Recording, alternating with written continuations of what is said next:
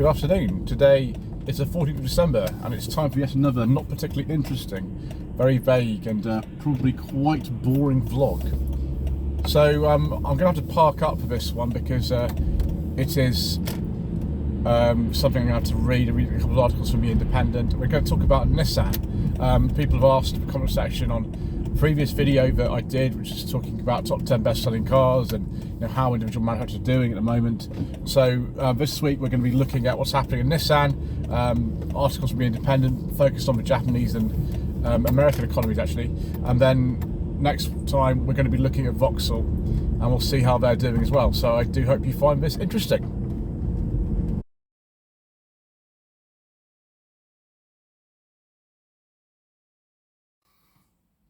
So here we are, viewers, just parked up for a few minutes before we lose daylight because this week has been busy.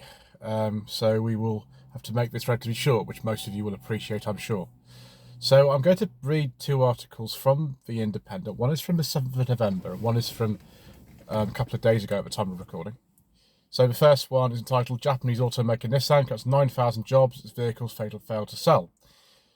Nissan reported on Thursday, which would have been about 6 weeks ago now at this time, a loss for the latest fiscal quarter as its vehicle sales sank while costs and inventory ballooned, prompting the Japanese automaker to slash 9,000 jobs. Chief Executive Makoto Ushida, I think that's how you pronounce it, said he was taking a 50% pay cut to take responsibility for disciplinary results, promising a turnaround was coming. Nissan Motor Corporation announced a global workforce reduction of 9,000 people, or about 6% of its more than 133,000 employees, as well as a plan to slash global production capacity by 20%. Uchida declined to say which regions will be affected by cuts or give specifics. For the latest quarter up to September, Nissan racked up a 9.3 billion yen or $60 million loss, a reversal from the 190.7 billion yen profit recorded the same quarter a year ago, which will be the July to September quarter. Quarterly sales fell from 2.9 trillion yen, or $19 billion, from 3.1 trillion yen. Uchida acknowledged Nissan didn't respond quickly or flexibly enough to global changes, including market taste and soaring material costs. Yeah. Absolutely, this is a very succinct way of doing it. I take this responsibility very seriously, he said. Nissan will restructure its business to become leaner and more resilient. Nissan did not sell well in America, one of the most lucrative automotive markets in the world, but it's recently been dominated by Ford, Tesla and Toyota. The thing is that in this country, Nissan's a very, very popular brand. It's very popular. The Duke, I don't really like it. There is a review I've done of that on the channel. And the Qashqai, again, it's all right, I suppose. It's not one of my favourite cars. There's so many cars in that class.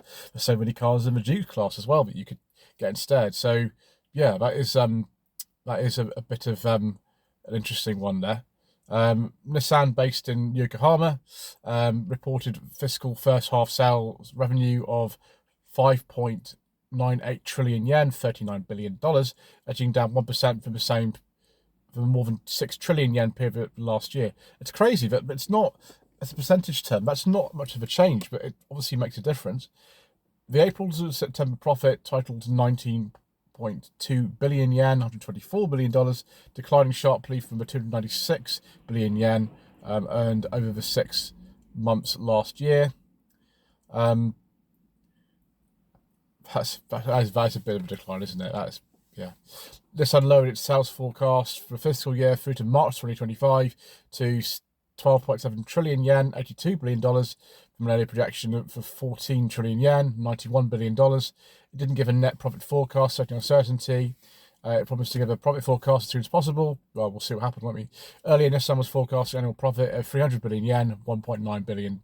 Nissan now expects to sell 3.4 million vehicles around the world in a fiscal year ending in March 2025, down from an earlier projected 3.65 million vehicles. It's quite a lot, actually. 0.25 million is a lot of cars.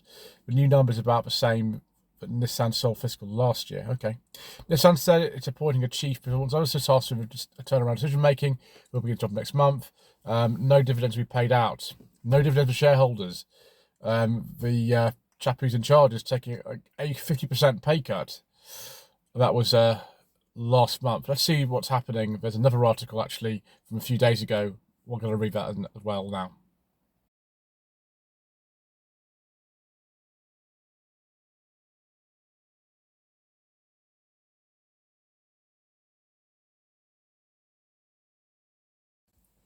So this is from just 2 days ago. So it's the 14th of December today.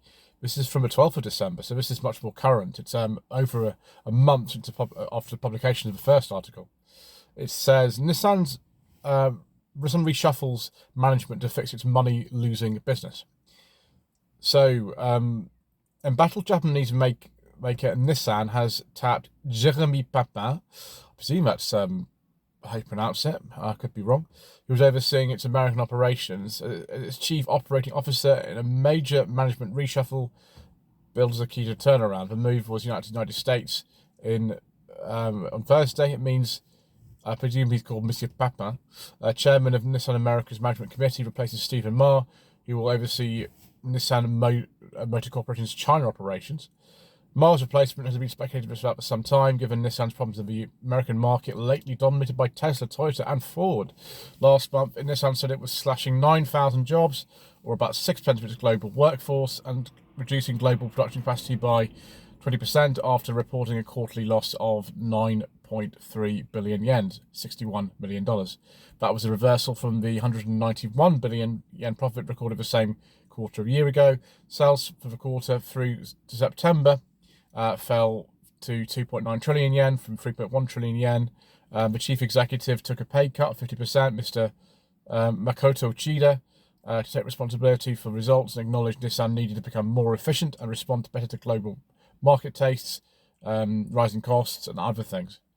Uchida said these executive changes reflect the experience and urgency needed to get the company back on track, end quote.